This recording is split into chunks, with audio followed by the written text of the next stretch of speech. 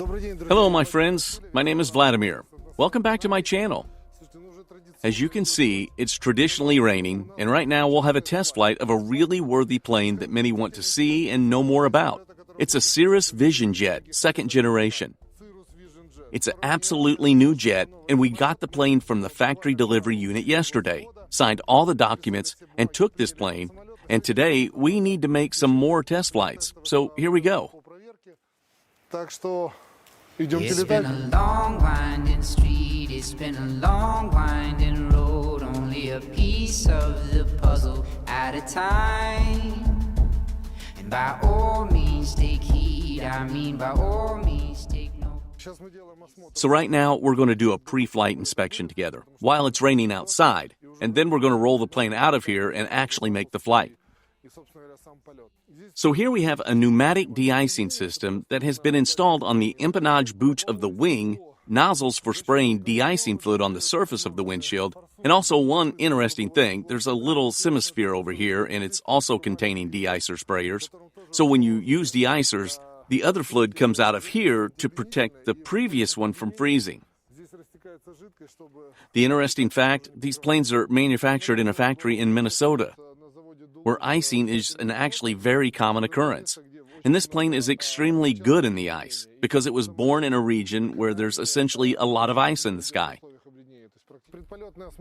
Well, the pre-flight procedure is a fairly standard procedure, and it's not that complicated. So it starts with the landing gear inspection, inspecting everything to make sure it's well attached and there's no damage to the shoes, checking the fuel. By the way, the carbon structure of the aircraft very clearly visible. The plane is basically made of carbon, but all the steering surfaces are aluminum.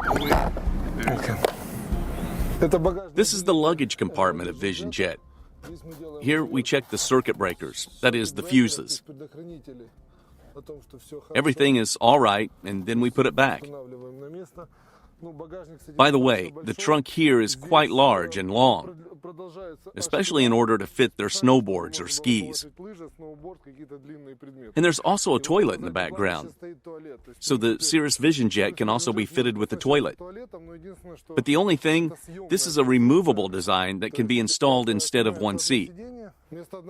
So, what we're going to do next? Checking plane tail and empennage. This is a stabilization system. That is, it prevents planes from shaking the tail, the so-called Dutch roll. That's what often happened with older aircraft, such as the Bonanza V-tail. So it means that this system is constantly balancing in flight, so that the tail doesn't move from side to side. Now let's check the engine.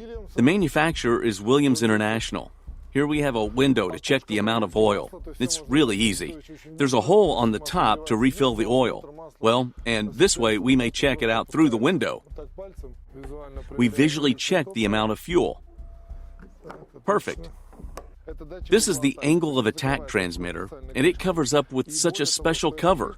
And moreover, this cover needs to be taken off right before the flight. Likewise, when you return back, so you cover it up again. But here's the problem. This device is very precisely calibrated, and if someone decides to pull it or accidentally hit it with their shoulder, for example, so you'll have no other option but to replace this thing and then make a test flight, and it's all going to cost you $17,000. This is the air conditioner entry wound, which we use when the plane is on the ground, and there's a hatch and there's air conditioning inside. By the way, that's, let's say, the main feature of the Cirrus SR-22 and SR-20 aircraft. They are all equipped with parachute systems, and here on Vision Jet, it also has been installed. Also, a missile in case of emergency. It can be activated from a height of 600 feet, and in case of an accident, you pull the lever and a rocket flies out of here that pulls the parachute, and the plane can land safely. But this is the only jet plane in the world equipped with a rescue system. So here we have an infrared camera. It helps to see in the darkness and any bad conditions, and it's an additional source of information for the pilot to make further decisions.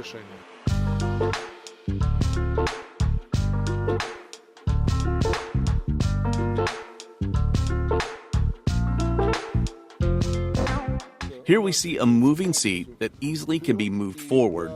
There's a special retainer for that over here. Well, and the pilot comes in first. We're moving the seat back and voila, welcome aboard. To be frank, I have to admit that this is the most comfortable cockpit I've ever been in, no doubt. And if you compare this cockpit to big jets or more expensive ones, it's still the best one I've ever flown in. Well, friends, right now we are literally sitting in the safest plane in the world, considering its concept. All right, there's really no second engine, so that may cause many questions, but at the same time, there are a lot of different systems that can help save you. So the plane automatically stabilizes. Next, if something really bad happened, we have a system for that. Right before you take off, you have to take off this pin and put it here.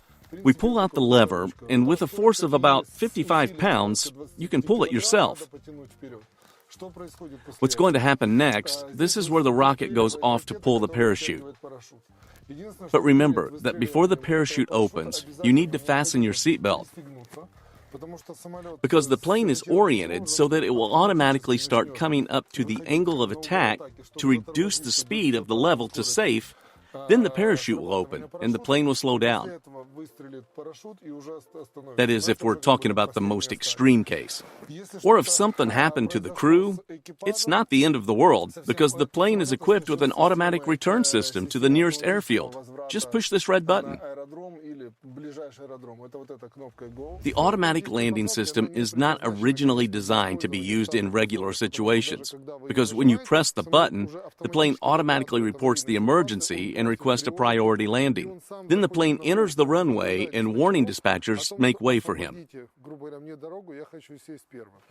After pressing this button, the aircraft will automatically determine the most optimal landing site that is nearby or probably worth going back to the airfield. He makes a decision by collecting all the weather information, sending a voice message to the dispatcher that there is indeed an emergency on board, and you do not need to do anything. The plane itself will land. And I want to say that all these actions are taken if one or both pilots are unable to land the aircraft. In the case of cabin depressurization, there are masks available over here. These are for crew and passengers, and they automatically fall outside the top in the same classic way as it's going on the board of a conventional airline. And now the first thing we do is turning on the 2 batteries that are installed on the plane. And by the way, the second generation of these batteries, they're made of lithium. We're turning on the run mode.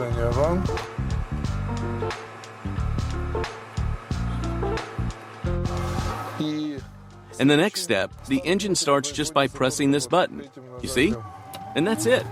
And as you can see, the engine is starting. All we've left to do is configure the settings.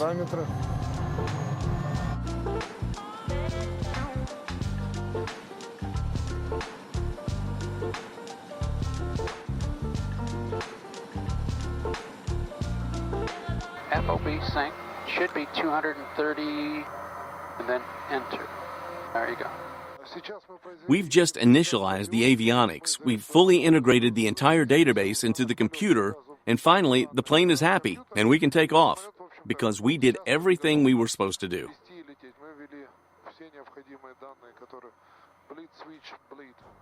How's it going? You know, pretty nice, and what about you? Actually, not as bad as we thought. And we can even drive up to McDrive? Yeah, I think so. We've been cleared for takeoff, so now we're moving onto the runway, and we're going to gain altitude gradually. We've been allowed 6,000 feet to begin with, and then we're going to try to climb higher. This plane is certified to fly up to 31,000 feet, but the maximum we'll reach today is 25,000 feet. And we're going to test its capabilities.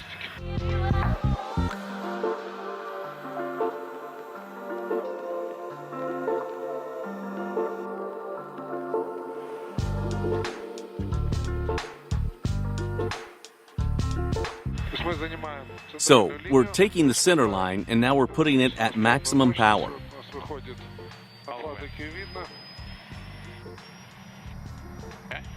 Here we go. That's it. The plane immediately begins to accelerate intensively.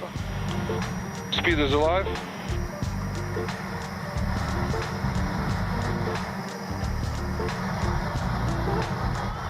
$60, $70, $80. Start pulling just a little. A little bit.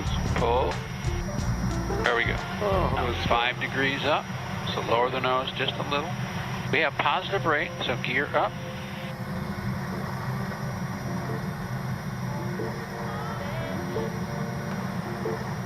We're through 115, flaps up now. yeah. It's a little bit bumpy. Nice gentle turn to 200 degrees. 100 degrees.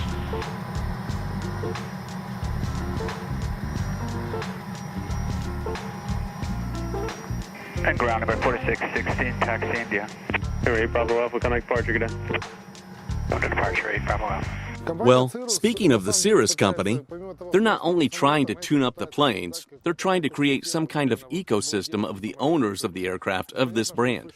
And of course, it is clear there's a program of support and maintenance if we talk in particular about these planes. Oh, right. First, a little about the warranty. The new aircraft has a warranty for 2 years. However, it applies to paint coatings only for a year.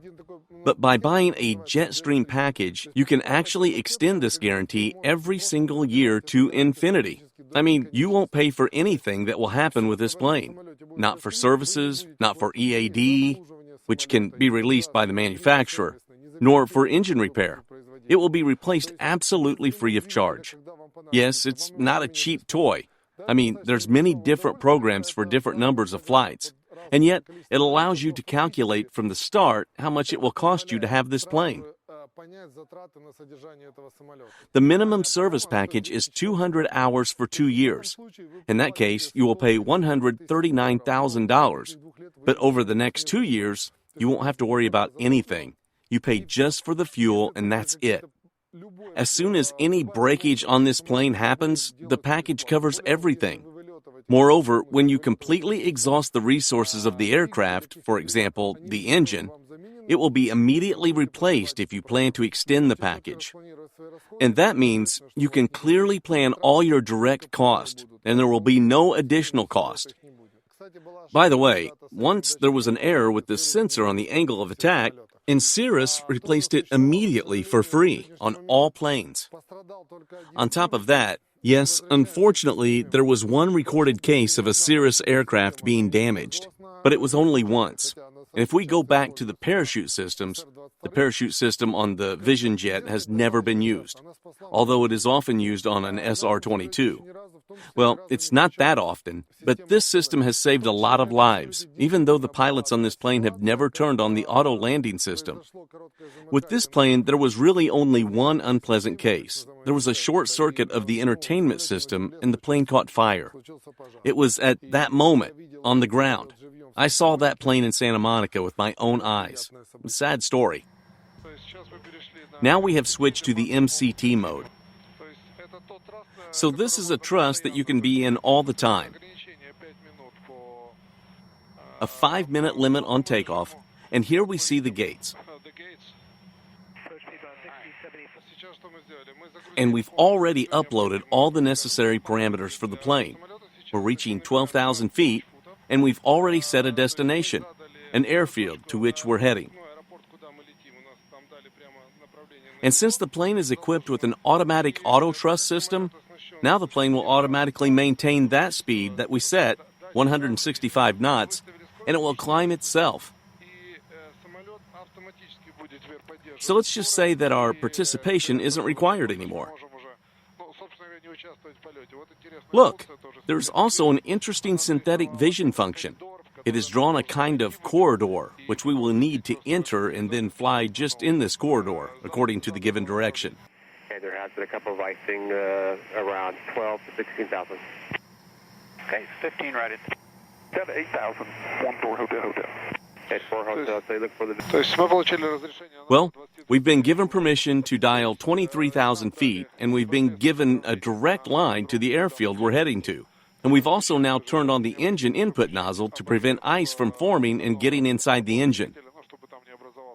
We just give the plane the instructions to do what needs to be done, and we can change them if necessary. We have the PFD here. It's the main navigational instrument, the engine parameters, the map, and now we've put the weather radar on this monitor. This is the PFD control. This is the navigation control. And this is the Navcom radio. And there's the autopilot panel and the engine power lever. Here we have control of the tanks as well. It is essentially always in auto mode, but the mode can be changed. The plane is now reaching the altitude of 1,500 to 1,600 feet per minute. It's very good, given there are 4 people on board, which is actually more than enough. On the 310 flight level, it rises in 20 minutes, which is 31,000 feet, which is the limit for this plane. Of course, a lot depends on the temperature of the overboard, and yet it's quite fast. A few words about the de-icing system. It works automatically. It just needs to be activated, and then it will automatically drop the ice off the surface when needed.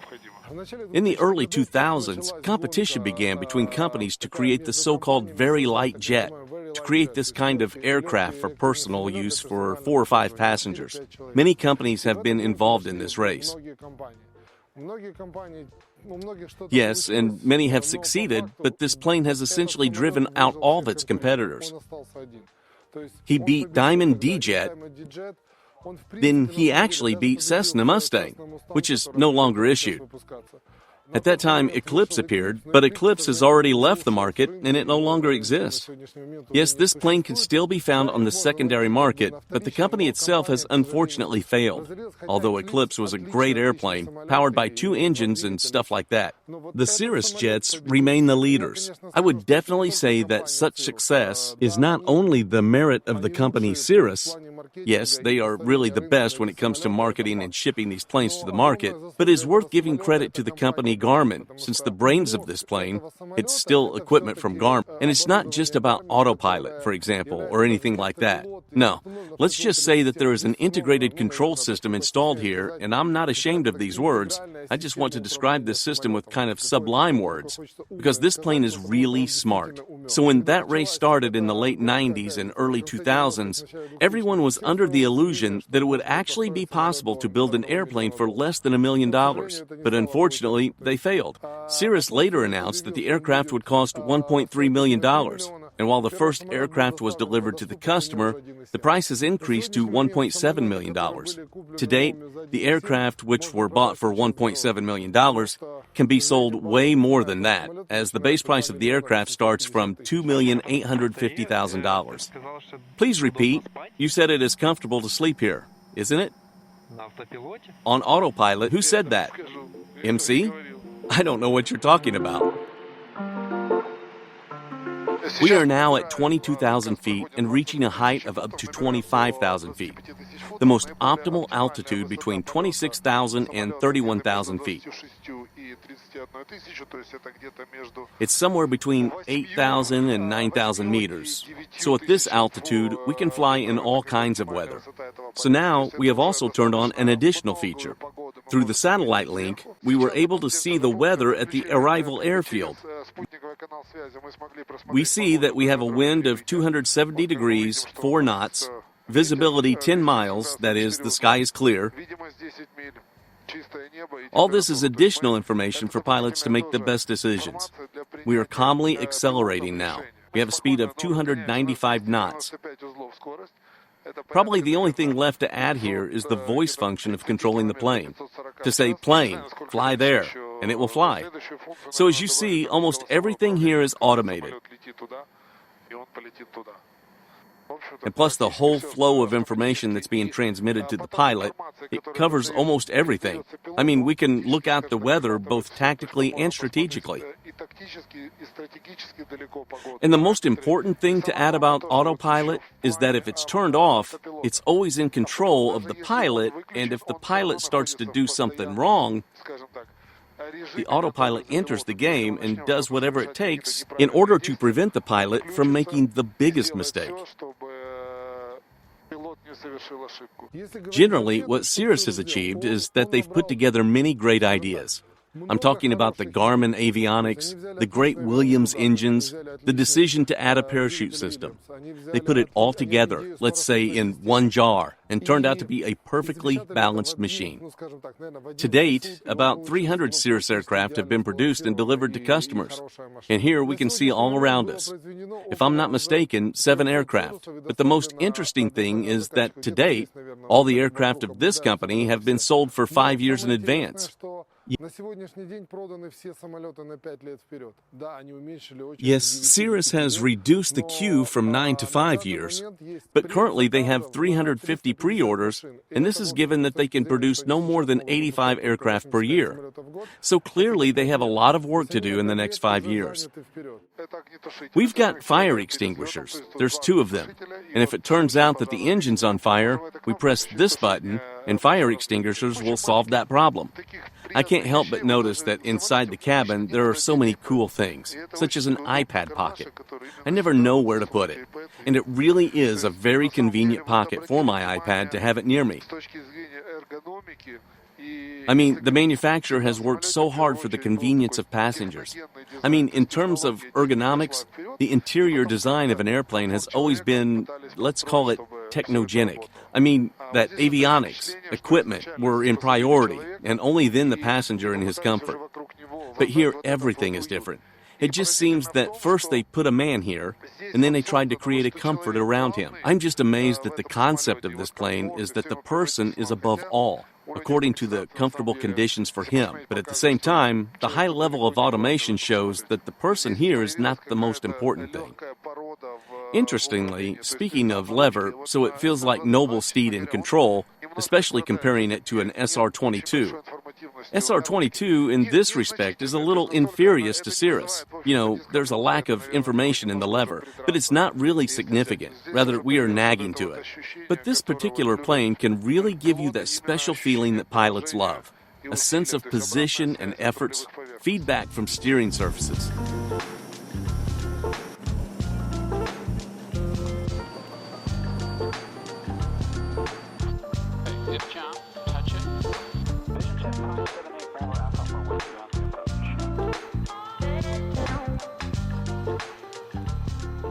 Okay, now keep this angle, slowly bring the power back.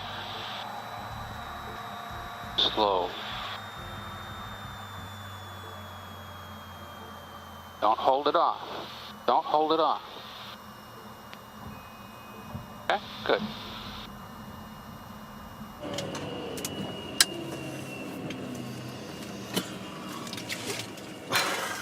Oh, friends, what to say? This is a great aircraft, and I want to share with you a little more of our experience. We flew that plane yesterday, and today we're so excited, although that one is very controversial, but still it's a really good plane. But should anyone know that yesterday you said you'd buy it?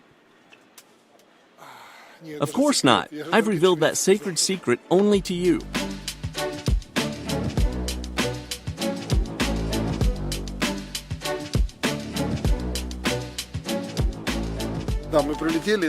Well, we're already there, so we should try to save $17,000 and put this thing back in place. So every time you return back on Cirrus Vision Jet, you must install this cover in place. As we mentioned, this plane is also equipped with a toilet. It's portable, and we're going to show it to you now. In fact, it's more for kids and can be installed instead of the middle back seat. So basically, there are 3 seats in the back, one of which is removable, and the toilet might be installed over there. This is a flush toilet. But unfortunately, after every flight, you have to take it out and clean it. Look, there's also a curtain that might be attached to the ceiling. Essentially, it gives you privacy. I would say that this toilet is not necessary in all flights, but it is very convenient to have it on board if you're with children. But honestly, given that after every flight, the toilet has to be cleaned. So the pilots will be very angry if someone pees in it. How much is the toilet? I don't remember. But, oh yeah, the toilet cost around $17,000. Indeed, this plane is made up of expensive parts. Whether it is worthy for the money or not, the question is whether you can afford it or not. Just for example, when we talk about Cessna Citation, okay, the price doesn't surprise us. But for some reason, Vision Jet has something really attractive that the price doesn't seem to bite. It doesn't bite as much as the rest of the planes, because when it comes to jet planes, obviously they are a bit harder in price. But again, my point is, who's this plane designed for in the first place? It's for someone who wants to fly on his own, for someone who can fly a plane by himself and doesn't want to buy larger models. I mean, he's ready to have something compact and fly it. Yes, frankly, this plane won't give you the speed that jets normally give you. But it's not that slow either. I mean, in a cruise, you can easily fly at 270, 300 nautical miles an hour, depending on the altitude and climatic conditions. Its range, it can fly a distance of 1,200 miles. But in this case, there can only be 2 people on board and full refueling of the plane. If there are 4 adults and children inside with luggage, the range is about 600 to 800 miles. But this is not too small because, as a rule, the optimal duration of the flight on average for a person is up to 3 hours. The next thought, I want to point out first of all that this plane is really built around the person with the person in the middle, so the stereotype that techno design comes first is broken. This plane is actually built around the convenience and comfort of a human being, and it's easy to control. After flying a little and making a few landings, we realized it's very easy to control. You can literally feel it. And although the comfort of the person inside, this is priority number 1. But speaking of avionics, he doesn't need a person at all. And again, this plane really can do almost anything on its own. To start the engine, you only have to press a couple of buttons in the menu and the start button. In the same way the reverse procedure when you need to stop the engine. So clearly, it can completely perform all the tasks from takeoff to landing on its own. Cirrus is very attentive to the training of pilots. In particular, to have this Vision Jet, you first need to purchase a type rating. By buying a plane and getting it from Knoxville, where we are now, you have the opportunity to do a full training here, the full security course. Because there's a huge training center built over here. And I will repeat again that it is better to work out potential accidents on the simulator, not on the plane, as in the sky to practice different tricks could be very dangerous. The thing that makes me so happy is this plane has an air stair, and I cannot help but note that there is a very wide opening, which is usually found on large jets. It's very convenient to pass through, and it's not narrow at all. Here are the seats of the 2 main passengers. We have an airplane equipped with Arrivee Special Edition. This is an optional kit, and the plane is equipped with a special console in the center. So if you need, it's easy to arrange a work area. It's really cool that this whole salon is being transformed, so we can take this console off one side, and then we have a way back. Or we could move the middle seat forward and then sit down. Frankly, although the aircraft is initially a 7-seater, it's possible to put only children up to 90 pounds on the outer seats. But using this airplane as a personal vehicle, if you're just a passenger, that would be extremely comfortable. Its compactness on the outside is just amazing. I mean, the comfort that it gives you. Compare this jet to way bigger jets. Fuel consumption averages 66 gallons per hour. But in fact, since it flies on kerosene, it is relatively cheap. And also, kerosene is more available in any spot of the world. And there's also this big monitor for entertainment. That's going to be able to connect with your iPad or iPhone, and the passengers can watch a movie in flight. But if you prefer to listen to music in flight, the satellite channel that is here will allow you to listen to satellite radio in addition to the weather. Never fly a Vision Jet, because I'm sure if you can afford it, I mean flying it once, you will buy it right away. I am delighted with today. It was only the beginning of our journey on the Vision Jet from U.S. to Ukraine. In the end, friends, come and fly such wonderful planes that we fly. Discover how beautiful our planet is. I'm really in a good mood today. My name is Vladimir. Thanks for watching. Hope you enjoyed it. See you in the next video. Увидимся в следующих сериях. 10 minutes later. Yes, it's for me. It's avocado.